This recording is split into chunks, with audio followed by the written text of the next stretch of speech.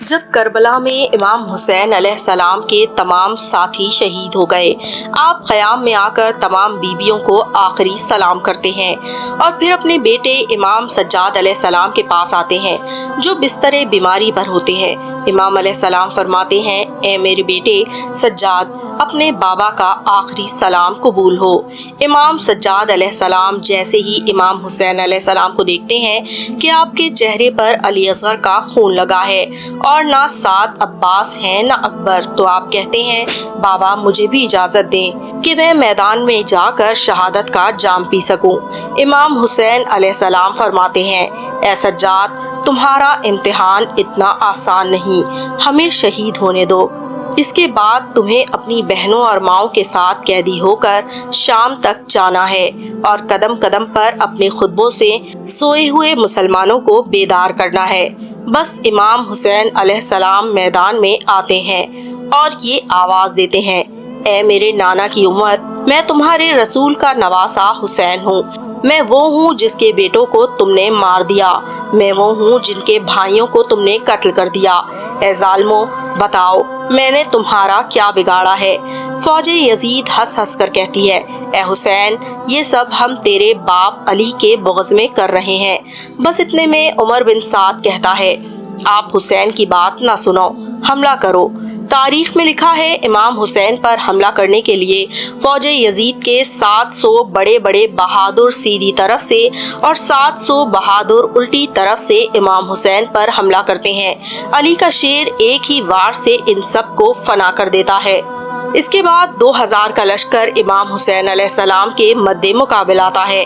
امام حسین علیہ السلام جب ان کو فنا کرتے ہیں تو فوج یزید سے یہ آواز بلند ہوتی ہے کہ یہ علی کا شیر ہے اور ہم نے خود علی سے سنا ہے کہ میرے تمام بیٹوں میں سے سب سے اچھی جنگ حسین لڑتا ہے۔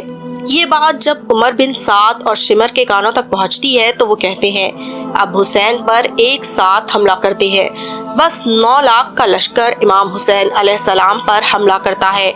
امام حسین علیہ السلام علی کے شیر اس 9 لاکھ کے لشکر پر ایسے وار کرتے ہیں کہ فوج بھاگنا شروع کر دیتی ہے۔ کچھ لوگ دریائے فرات کی طرف بھاگتے ہیں اور کچھ لوگ کوفے کی طرف واپس پلٹ جاتے ہیں۔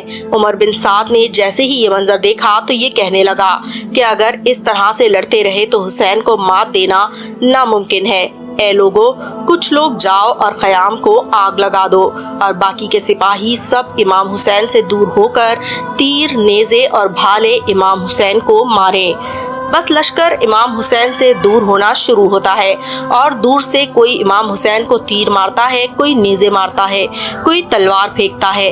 جس کے پاس مارنے کے لیے کچھ نہیں ہوتا وہ کربلا کی زمین سے پتھر اٹھا کر امام حسین علیہ السلام کی طرف پھینکتا ہے اور وہاں کچھ ظالم خیام کو آگ لگا دیتے ہیں۔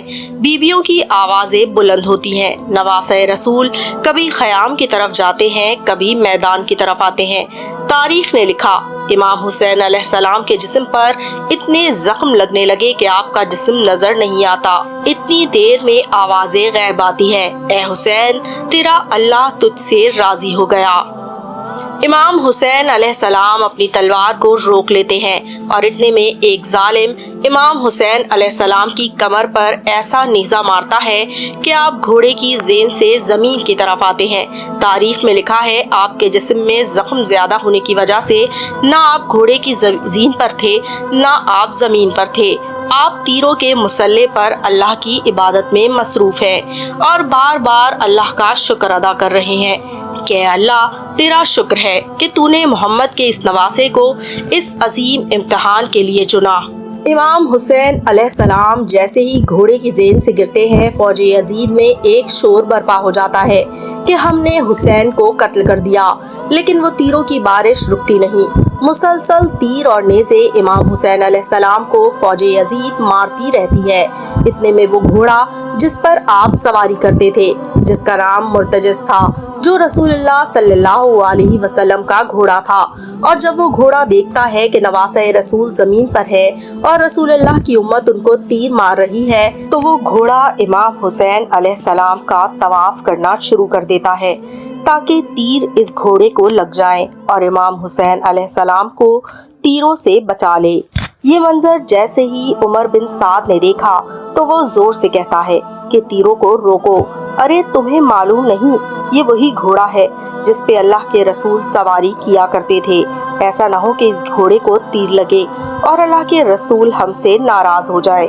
وہ گھوڑا اپنی زبان میں کہنا شروع کرتا ہے کہ اے لوگو، آج رسول اللہ کی سواری کا تو تم احترام کر رہے ہو، لیکن حسین علیہ السلام کا احترام بھول گئے، جن کو رسول اللہ صلی اللہ علیہ وسلم اپنے کندھوں پر سوار کر کے فرماتے تھے کہ یہ حسین مجھ سے ہے، میں حسین سے ہوں، اس حسین کا خون میرا خون ہے، حسین کا جسم میرا جسم ہے۔